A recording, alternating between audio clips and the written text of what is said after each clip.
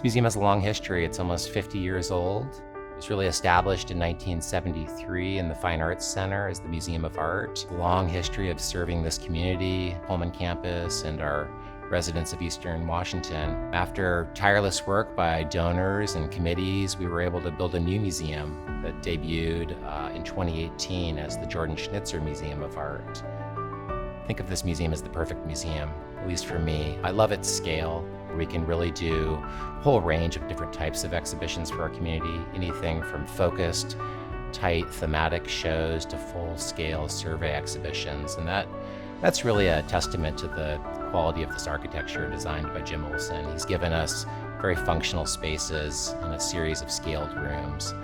Beyond that, I love that we're situated at the heart of campus. We're a real beacon for the arts here at Washington State University in Pullman. We're on the campus mall. We receive upwards of 20,000 visitors a year. We are really the only freestanding fine arts dedicated museum from Seattle to Missoula of this scale.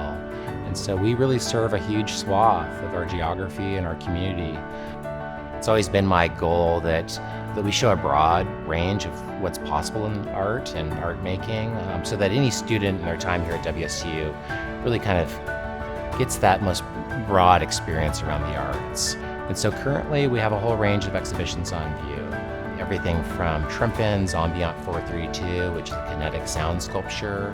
It's an interactive work. It really pushes at the boundaries of what's possible within art. Maybe it comes as an unexpected surprise for our visitors.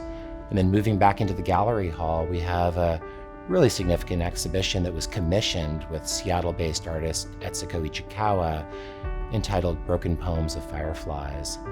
That's a two-part exhibition that's both a room of 3 films as well as a large-scale glass installation that really connects to environmental issues and her reflections on nuclear legacies. For Ichikawa, these forms connect to childhood memories of fireflies in Japan, but also to a more troubling association with nuclear legacies. Follow the Sun, the Holland and Norton collections, is drawn from the museum's founding collections of 19th and 20th century American and European art. Totaling close to 100 paintings, these luminous works of art came to WSU through purchases made by President Ernest O. Holland. The exhibition celebrates Holland's collecting legacy, but also traces the dynamic evolution and migration of Impressionism from Paris and Europe to the East Coast of America and on to the Pacific Northwest.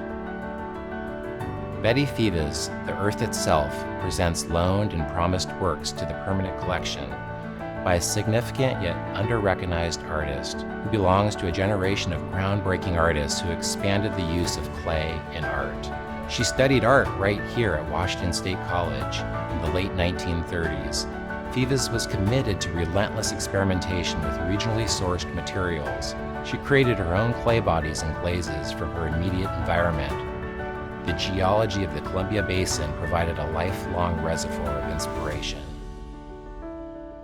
When people visit the museum, I want their experience to be many things. On one hand, I want you to be surprised. You're encountering something you didn't expect, and it shifts you out of pre-existing expectations around what art can be. That's some of the most exciting experiences for me. But I also hope that the museum can be a place of respite for individuals, that it's a place to come, to be reflective, to be surrounded by provocative but also beautiful works of art, and to have an opportunity to recharge in this environment.